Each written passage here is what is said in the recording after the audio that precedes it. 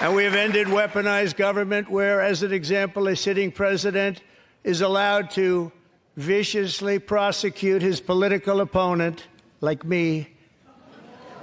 How did that work out? Not too good. Not too good.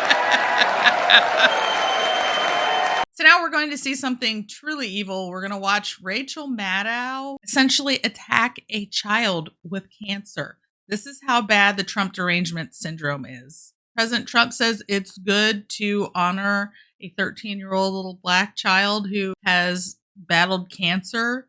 And so they have to take the opposite position. But they are so far gone, they don't understand how bad this makes them look.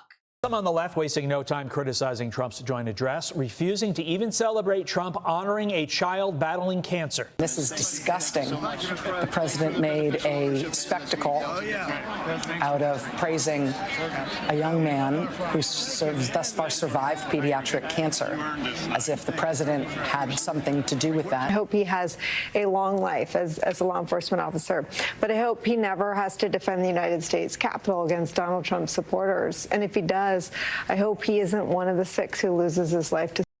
And I really did not like the way he used the tragic incidents and the families that were there, who of course appreciated, what they think is their president caring about what happened, to the 12-year-old and to others who were victims. And we all feel sad and bad for them, but he misused them. He misused them.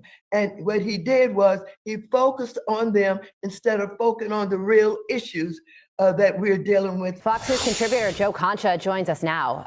Joe, there were an hour and 40 minutes worth of political moments that Democrats could find a way to attack regarding this speech, but they chose to include the moment where a child with cancer who wants to be a police officer was honored.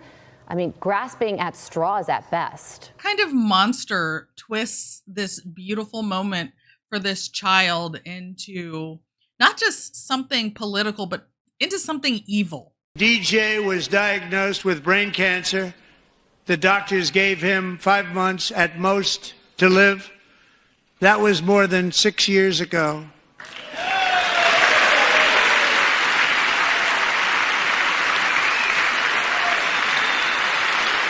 And tonight, DJ, we're going to do you the biggest honor of them all.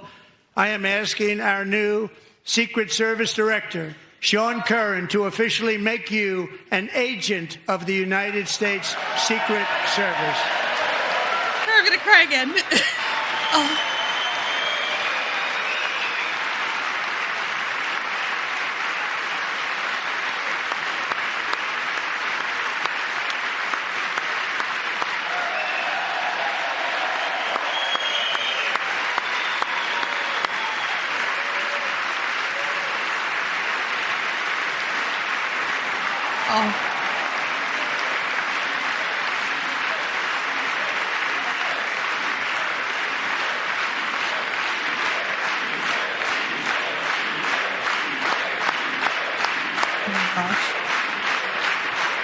Poor baby.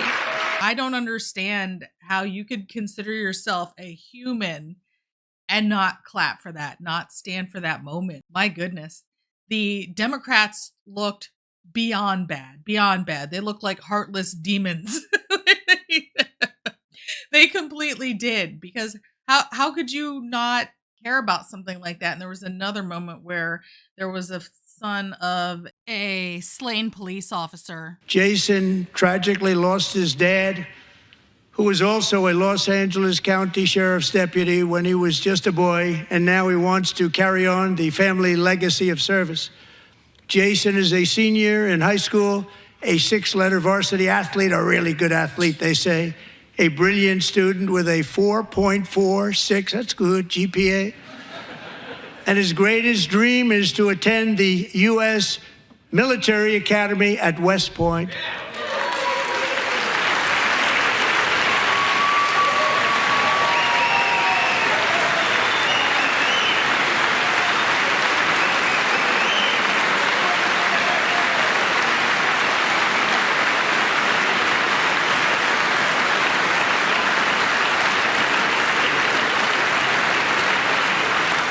And Jason, that's a very big deal getting in. That's a hard one to get into. But I'm pleased to inform you that your application has been accepted.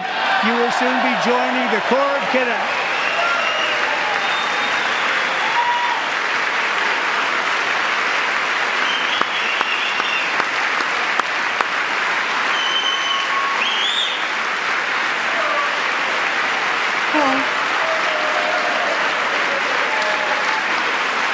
The little boy with cancer ran over either to congratulate the guy who got into West Point. Oh my goodness, it was so emotional. And once again, of course, the Democrats were completely disgraceful. I mean, they were so disgraceful that the word disgrace is trending on X right now. That's how bad they were. Al Green got thrown out for disrupting things. Finding that members continue to engage in willful and concerted disruption of proper decorum, the chair now directs the Sergeant-at-Arms to restore order. Remove this gentleman from the chamber.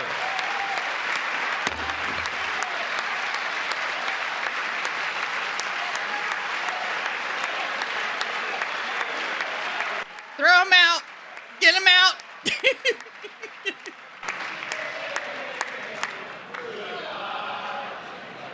Yep. Na. Hey. Goodbye. Democrats refusing to stand to honor the life of Laken Riley in front of her grieving family. But yes, Democrats, please continue to do this. Stand 10 toes down on this and make sure you never win anything ever again. Tonight was incredible. This is the 5th State of the Union address I've seen Trump give. It was by far his best. We're just over a month into it, and he had a litany of victories that we've already won, one after the other after the other. Listen, I thought he was joyful. I thought he was forward-looking. I thought he had the promise of America front and center. And I got to say the contrast. I have never seen such a disgraceful display as the Democrats put on. I've been to 13 State of the Union addresses altogether since I've been in the Senate. I've been to every one. I've never missed one. It started from the moment he walked in and was introduced, the President of the United States. Not a single Democrat stood, not a single Democrat applauded, not one. I've never seen that happen.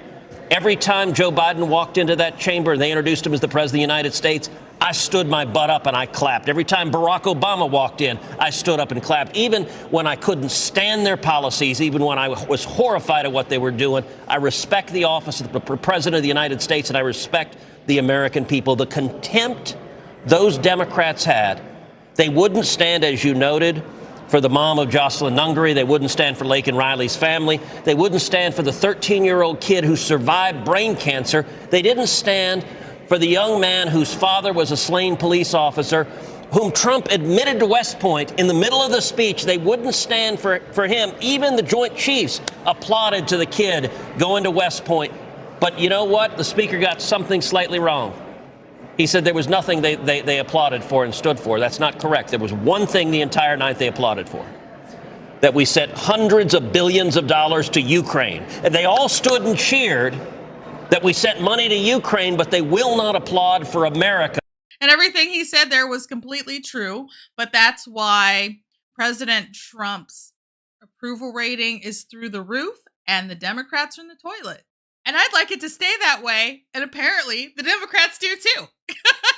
CBS poll taken last night after the president's address. 76% approved of Trump's speech. Most viewers tuning in said it made them feel hopeful, proud, these are quotes, presidential, inspiring, and unifying. A big majority also called it entertaining. A CNN poll taken right after this address as well found nearly the same results. Nearly 7 in 10 viewers, 69%, had a positive reaction to the president's address last night. And the big takeaway, besides how comfortable and confident President Trump looked, was the Democrat reaction during the address on the other side of the aisle and by the media, like on MSNBC MSNBC afterwards. I mean, we saw Democrats in that chamber holding up what looked like bingo card signs, interrupting, heckling, even walking out. Who is advising this party? Are they taking their own cues from Rachel Maddow and Nicole Wallace over at MSNBC? Because not a good idea.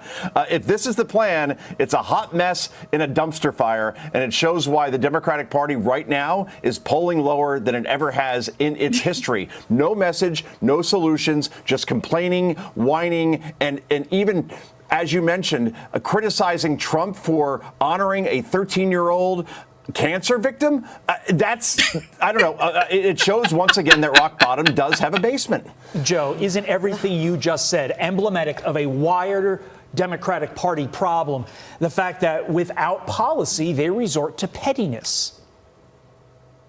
That's the thing, right? When you see 45 senators, Todd, for example, vote against a bill that says biological men should not compete against biological women in sports, and every single senator on the Democratic side votes against that bill, that shows, okay, we are the resistance, but what's your solution? To allow men in women's locker rooms? And you could go down the line. How do you not applaud when border crossings are at an all-time low? How do you not applaud all the things the president has done in his first 6 weeks? You could disagree with a couple things, sure, but the way they are acting right now is like petulant children, and the party's not going to get anywhere or win any elections anytime soon if this is the posture. Yeah, yeah, and a real headline there that you mentioned, just want to reiterate it.